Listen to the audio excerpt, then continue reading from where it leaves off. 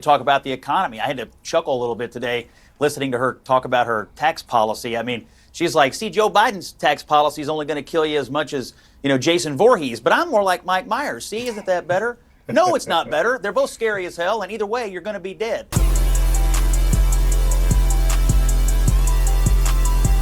Okay, we've seen the insanity of some of these polls, how Kamala Harris is leading in all of the swing states. No, actually, most of the swing states. The only one Trump has is Arizona. Trump is up by 5 points in Arizona, but Kamala is leading in all of the other swing states, including the most important one because it has the most electoral votes, Pennsylvania. Pennsylvania is the road to victory for the Democrats because when you look at the map, there's no pathway to victory for the Democrats without Pennsylvania. I mean, unless Harris can run a table outside of Pennsylvania, she can win all or most of the other swing states, but I think that's extremely unlikely. So these polls have shifted. Trump was up big time over Joe Biden, but Kamala's come in and has a whole lot of enthusiasm, even though she didn't earn a single vote. But let's get into CNN's John King talking about the polls to get a snapshot as to where we are right now. As you look at it right now with all the latest, polling data, all that you've got, where and what are the paths right now to 270 tonight? Aaron, strap in. Our new polling shows, yes, some Harris momentum, but the big headline is this is a very, very, very, very, I could add a few more very close races. Let's just look at the data and what it tells us. This is where we are right now. The yellow states are our toss-up states. They include North Carolina. We did not poll in North Carolina this time. I'm going to lean it red. Democrats will get mad at me, but I'm going to lean that one red until I see data that proves otherwise because it has gone red in every election since 2008. When Obama won it, was Republican before that. Here's our new polling. Harris ahead in Wisconsin outside the margin. Harris ahead in Michigan, just outside the margin. That gets her to 250, right? Donald Trump ahead in Arizona, outside the margin. Let me make that red. That would move him up to 246. Pretty close, right? And then you mentioned these other states are too close to call. Pennsylvania, a genuine tie. Let's just say Harris is really +1 in Georgia and +1 in Nevada. This is just one poll. This is a hypothetical here. That alone, though, if she could held that, would get her to 272, and she could win the presidency without Pennsylvania. But again, she's +1 in the polling. It's just as plausible, and we've seen other data, that Donald Trump could win Georgia and Donald Trump could win Nevada as well. That would get him to 268. So what happens then? You're looking at Pennsylvania, right? Let's assume Harris ekes it out. It's a tie right now. If Trump won it, he'd be president of the United States. If Harris won it under this scenario, and again, it's a scenario, that gets you to 269, 268, and it all comes down to Nebraska's 2nd congressional district, either a tie or it puts Harris over the top at 270. I'm not saying that's going to happen. What I'm saying is if you look at this data, here's where we start today. Those polls tell us, Aaron, look, we are 8 weeks and 6 days away from counting votes. It's competitive. 269 to 268. This is Trump's biggest advantage, which is why he wants to hold it and why you see the vice president out doing economic speeches. Her ads are also tilting now heavily toward the economy. In Arizona, Trump's up 5 overall. Voters view him as the better candidate by 15 points on the economy. In Georgia, where Harris is tied, maybe +1, Trump has a slighter advantage. So you can see the trend here. In places where Harris is competitive or ahead, Trump's numbers are lower. Nevada is the outlier. This economy got thrown in the trash during COVID. But the key for Harris is to bring this Trump advantage down. Where she's winning in Wisconsin, she's up 6 in the state. Trump only +2 on the economy. This is her biggest challenge. If she can't catch Trump on the economy, at least make him +2 or +4, not +8, 16 or more. The economy right now is Trump's biggest advantage by far. Okay, so now let's get into some reaction about these poll numbers, about this toss-up. We got Scott Jennings and some Democrat, but I'm still shocked that CNN has a real conservative. He might be the only one on the network, but it's shocking. I guess CNN is trying to turn over a new leaf. I don't know, but let's do a little bit. So, Kate, Harris is up in Wisconsin and Michigan. Let's just start with that, where John started. And these are massive turnarounds over the past weeks from Biden, and now outside the margin of error. Do you feel great about this?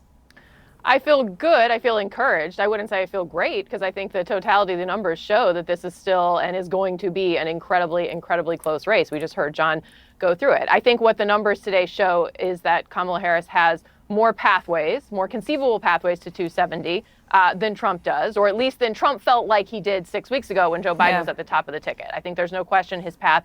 I'm not sure about that because all roads go through Pennsylvania for the Democrats. Pennsylvania is absolutely must win for the Democrats. Trump can win the election without winning Pennsylvania, so I think he still has more pathways. has narrowed. So I think these numbers should give Democrats, they should be heartened. I think it's showing that she continues to build strength in the coalition that she needs to win. And as John was just saying, that she has room to grow. Trump, I think, probably has a little bit less room to grow, in part because he is so well defined.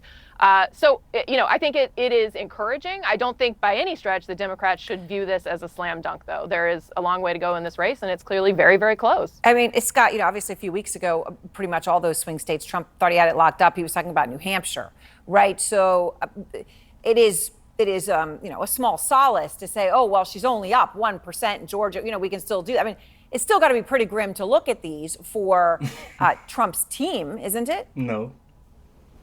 I don't know. I mean, he was underestimated badly in several of these states by a lot of polling in 2016 and 2020, including in some CNN polling, I might add. I agree with Kate. I think it's an incredibly close race.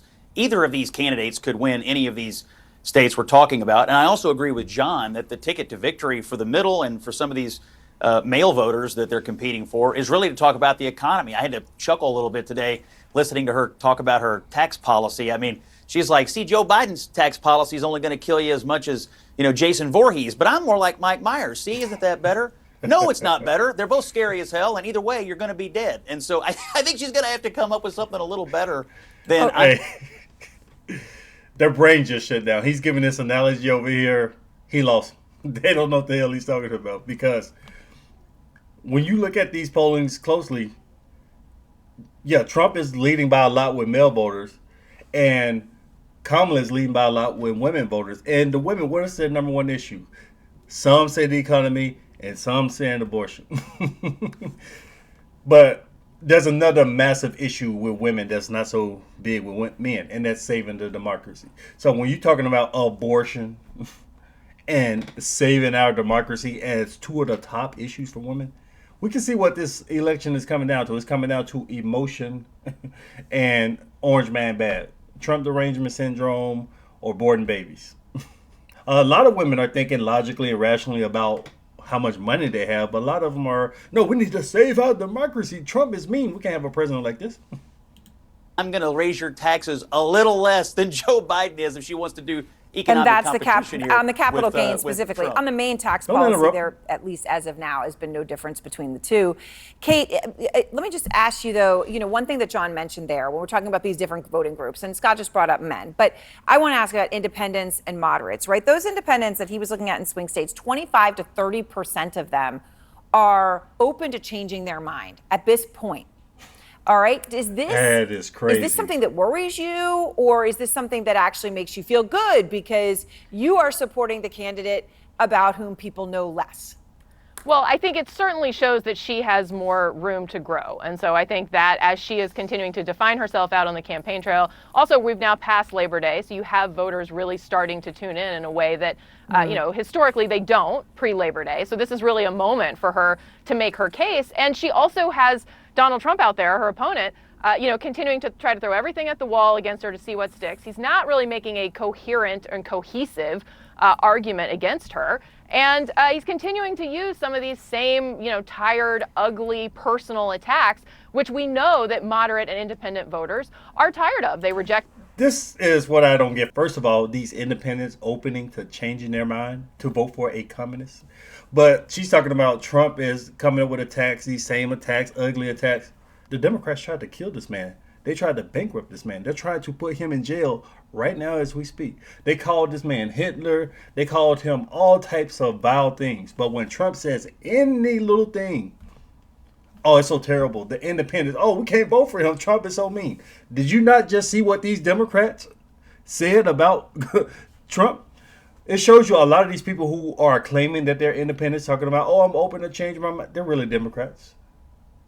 They just don't want to say it out loud for whatever reason, but they're Democrats. Because if Trump makes some attack against Kamala, she's an idiot. She doesn't know anything about foreign policy. She's lying about her race, stuff like that. Oh, it's so offensive. How dare you say it? But when the Democrats say, this man is Hitler, this man is dirt, you need to get in these people's faces. Completely fine. It shows you the type of independence that these people are polling. expected it in 2020, and we've seen in all of the polling since this race started to come together about a year ago when it was going to be Trump versus Biden. We saw that people said, we don't want this rematch. We don't want more of this. So they're getting more of the same from Trump. They're hearing something new and different from Kamala Harris that they're excited about. So, Scott, on this changing their minds, all right, one point that Kate just raised was sort of the way Trump talks. All right. So if they're going to listen to what's going on, they're going to watch this debate. They're going to listen to interviews he does. The question, Scott, is are they going to take into account and do they care when he comes out and says personally pejorative things like he often does? Today on a radio show in New Hampshire, he's talking about how Harris ended up on the Democratic ticket. And here's what he said. They didn't want her, but they were politically correct. They wanted to be politically correct, as so many people do nowadays. And they chose somebody that they didn't want. We can't go another 4 years with a dumb president. Scott, nothing he said was false. First of all, Joe Biden had that $250 million or something like that in his war chest. Campaign finance laws prohibits him from just transferring it to someone else. But for some reason, he can give it to Kamala. So they kept Kamala for that reason. Another reason is they didn't want to cause a massive revolt with all these people voting by skin color. Oh, dare you select a white man over the black woman? They would have pissed off a lot of Democrats, like the black women and these simps. They would have got upset about it. That's another reason why they selected Harris. And the final reason is because Joe Biden said a poison pill. And that letter that his staff typed up, because he didn't write the damn letter, but that letter they released on Twitter announcing that Biden would not be continuing in the campaign. What did he do? He endorsed Kamala Harris at the end. So caused mass division, pissed off the elites, the big donors, Obama, Pelosi, them. They got pissed off because Biden didn't want to drop out of the race and his staff were upset about it. So to set a poison pill and force the Democrats to do something they didn't want to do, his staff and his handlers had Biden endorse Kamala. So that's why they picked her. But yeah, Trump is absolutely right. We can't go another 4 years with a dumb president. And if people get offended by that, should these people even be voting, man? You're voting off emotion like that. Oh, it's so offensive. How dare he say that? That's what I want to ask you about. Calling her dumb, just coming out and doing that. Are you worried about what independents and moderates will do when they are confronted with sound bites like that? Or if that is the kind of stuff that we get a whole lot of next week at the debate? Yeah, I don't think it would be wise to do that at the debate. And yes, of course, there will be some voters turned off by that. On the other hand, Trump has some appeal and some need to talk to politically disengaged people who are probably not all that offended by crass, blunt talk like that. And, trying to draw them in, trying to, make memeable content, trying to get them to consume this in short sound bites. As we know, there are a bunch of voters in this country, or maybe non-voters who he wants to make voters that might pick up on something like this. So I think there's a method to the madness, but you do, when you squeeze the balloon on one end, it pops on the other. And so there is a trade-off. So some will not like it. There may be a cohort out there that like the blunt talk. And that's what he's betting. Although a lot of people who are extra sensitive and getting their feelings over a statement like that, they were probably not going to vote for Trump anyways. But yeah, okay, that's enough of that. Polls are extremely tight. It's crazy that a communist who knows nothing about foreign policy, is in an empty suit, has a near 50% chance of becoming the next president. And if the Democrats pull some funny business, an even higher chance.